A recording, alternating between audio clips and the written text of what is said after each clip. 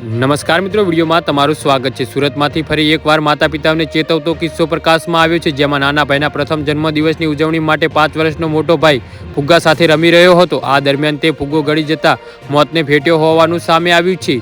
જી હા મિત્રો, અત્યારે હાલ મોટા સમાચાર સામે આવી રહ્યા છે। તો મિત્રો, સમાચારમાં વધુ વિગતવાર વાત કરીએ તો મૂળ જૂનાગઢ જિલ્લાના વિસાવદ તાલુકાના વતની અને હાલ પુના ગામ કેનાલ રોડ ખાતે આવેલી કેવલ પાર્કની બાજુમાં શ્રી રામકૃષ્ણ સોસાયટીમાં વસવાટ કરતા વિમલભાઈ મનસુખભાઈ ડોબરિયાનો 5 વર્ષીય પુત્ર કર્મ નામના નાના ભાઈના જન્મદિવસની નિમિત્તે ફુગ્ગા ફુલાવતો હતો। જી હા મિત્રો, અત્યારે હાલ દુઃખદ સમાચાર સામે આવી રહ્યા છે।